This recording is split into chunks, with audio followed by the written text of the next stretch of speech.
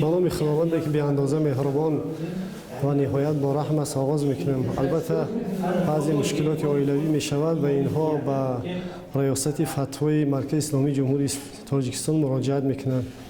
در 4 ماه اخیر حدود مراجعت کننده ها به اندازه قریب به 100 نفر رسیدند و همه اینها در مسائل های گوناگون شرعی مراجعت میکنند. از این قسمت حدود 40 نفر آنها فقط در حالت مستی، یعنی همسران خود را طلاق دادند و زنها دعوا دارند که آنها شوهرشان آنها را طلاق داده است، اما خود مردها باشه از دادن طلاق منکرند. میگویند که ما در درجه در حالت مدهوشی سرخوشی بودیم که از طلاق کردن خود یگان آگاهی نداریم.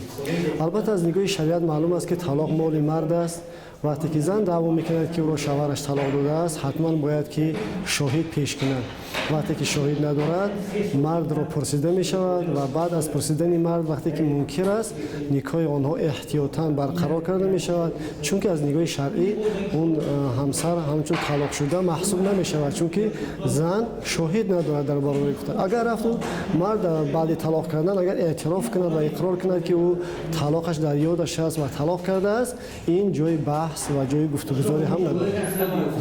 و دیگر نفرانی که مراجعت میکنند مثلا برای بعضی پرسیدن خطهای طلاق، یعنی همسران اونها در مهاجرت مهنتی هستند و مدت‌های زیاد که زیاده از 4 سال با همسران خود تماس نمیگیرند، حتی تلفنی صحبت نمیکنند و یگان کمک مادی و معنوی هم نسبت فرزندان خود نمیکنند و این چنین بعضی خواهران به این مسئله مراجعت میکنند و آنها را ما حتما توصیه میکنیم که بعد از جدا شدن عقد نکاح رسمی دولتی و با آوردن معلوماتنامه از رئیس محله و به خواست خود اون زن یعنی عریضه می نویسد و با 2 شاهد نفر دیگر یعنی شاهد میبره و شاهدان هم نیست گپ این خواهر را تصدیق کنند اگر که واقعا همیزن زیاده از 4 سال است که به شوهر و از این کمک شوهر محروم است.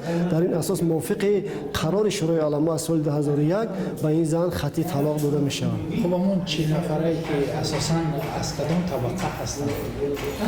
گوناگون هستند، از همه طبقه یافت می شود، از همه گوناگون، از همه طبقه، چه طبقه بالایی چه طبقه، یعنی زیایی هم هستند، مردان عادی هم هستند، مردان معلومات عالی هم دارند، بعضیشون به معلومات هم هستند، از همه گونه چیزا یافت می شود. چون که بعضی عادتا معلوم است که بعضی شب نشینی ها می شود یا که بعضی توی مراسم ها می شود، در اونجا این کار بعد نوشیدن بعضی خود کنترل کردن نمیتونن و اومده سبب جنجال خرخشه‌ای به معنی میگرده و به این کار اومده به این حالت میرسه.